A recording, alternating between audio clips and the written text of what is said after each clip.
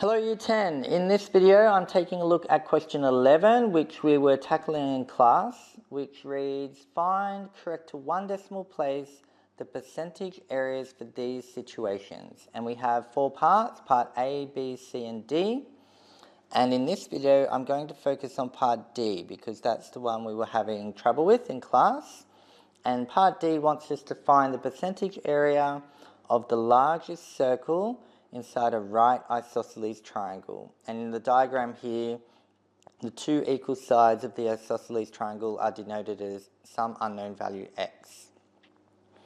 Now before I dive into the answer, I should say that the solution I'm about to work through was come up with by Mr. K, who very generously worked on this while I was out on my lunchtime duty right after class.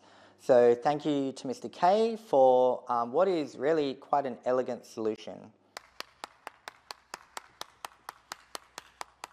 So the way to tackle this question, or at least one way, is to begin by drawing three radiuses of the circle, each one being perpendicular to the triangle.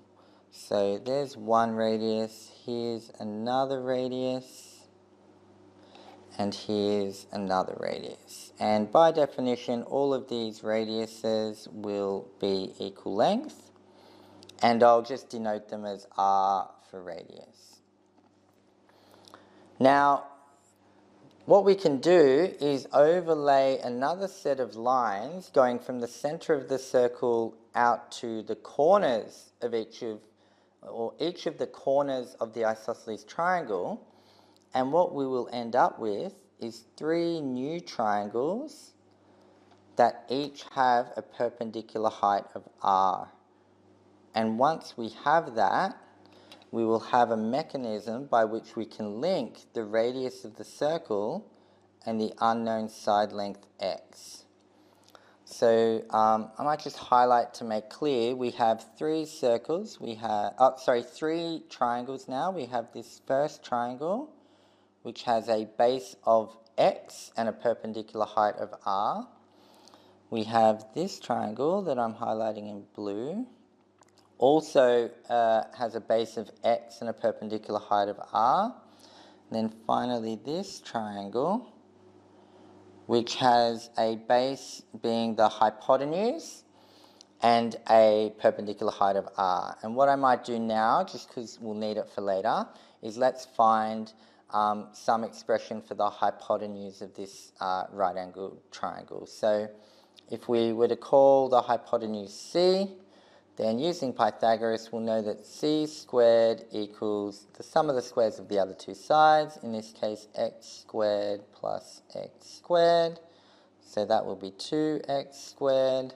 So c will be the square root of 2x squared, which I can write as root 2x. So that's our expression for the hypotenuse, so I'll just replace that with root 2x. And now we can begin the process of finding an expression for the percentage area of that circle as a percentage of the area of the whole triangle.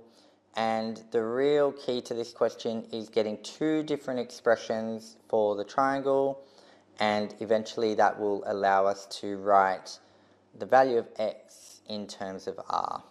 So what I might do in terms of laying out the working out, let's start by just noting what is the area of the circle.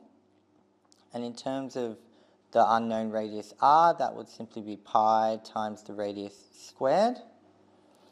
The area of the triangle, the most straightforward expression is half times base times height. So if we add half times the base, in this case the base is x and the height is also x, so we can write an expression for the area of the triangle as being x squared on 2.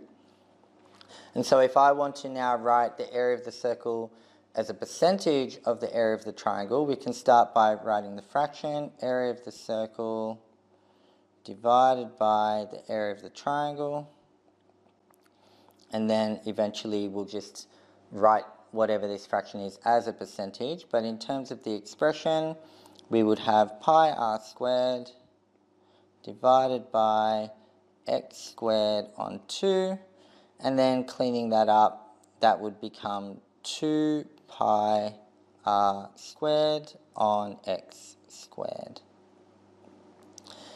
And as I alluded to earlier, given both r squared and x squared are unknowns, we can't really have an actual number come out of this yet. But if I can get x squared in terms of r, then maybe these unknowns cancel out.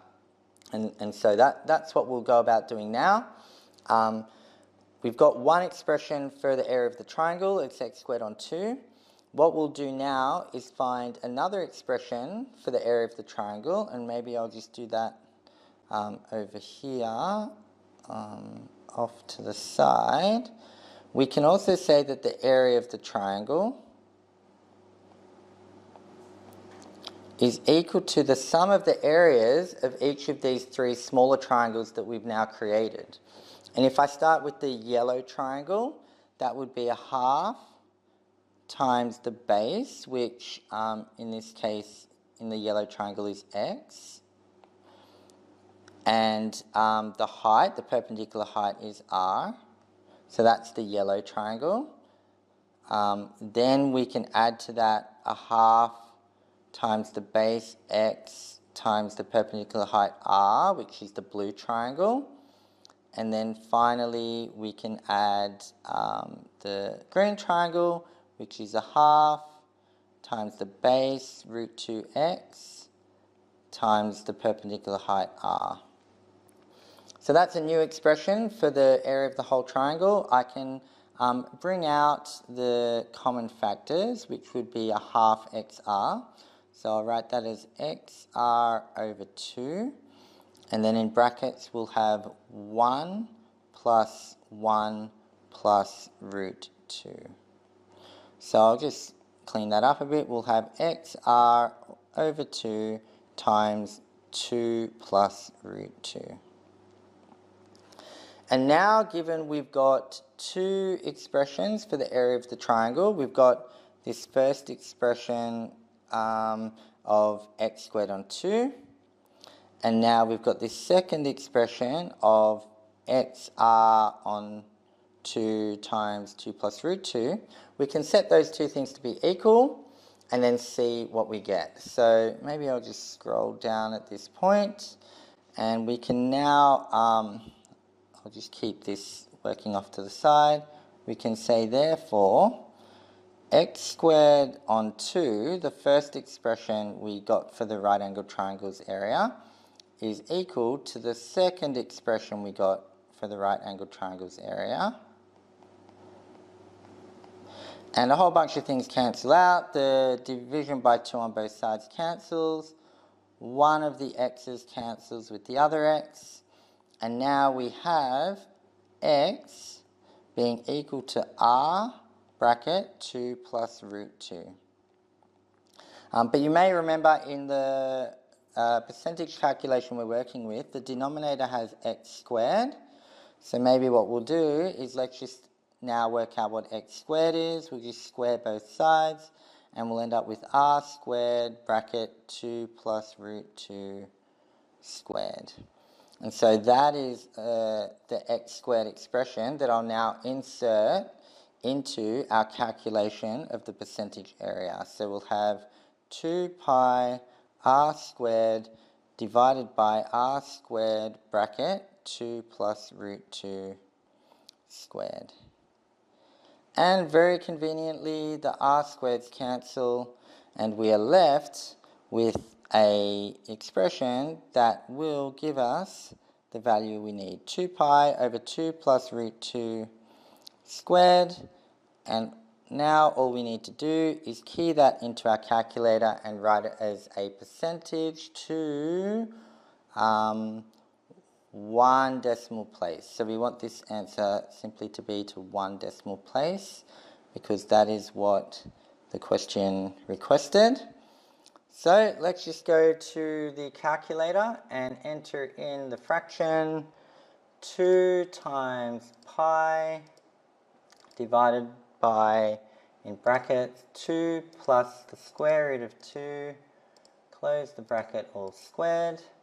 And if I press equals, that gives us a fraction. We want it as a percentage, so I'll times that by 100. And we get an answer of 53.9%. So that's what I write, 53.9%. And that's been rounded to 1 decimal place as requested. Panic boom! Alright, so that's how you go about that question. Hopefully you've been able to follow along there. It is quite a difficult question in terms of knowing where to start. And I think the very clever thing that Mr. K did when he was tackling it was to think to draw those radiuses in a very particular way that would allow this isosceles triangle to be broken up into 3 smaller triangles with the same perpendicular height. And it's quite an elegant way to then be able to get these 2 different expressions for the area of the triangle that then allow the algebra to kind of fall out quite nicely and for everything to cancel. So admittedly, quite a hard question to know where to start, especially if you haven't seen questions like this before. But hopefully now that you've seen this working out, you can kind of have an example of one way to tackle these kinds of questions, which hopefully means you'll be well placed to tackle a similar type of question should you come across it again. Alright, thank you for watching, and tick boom.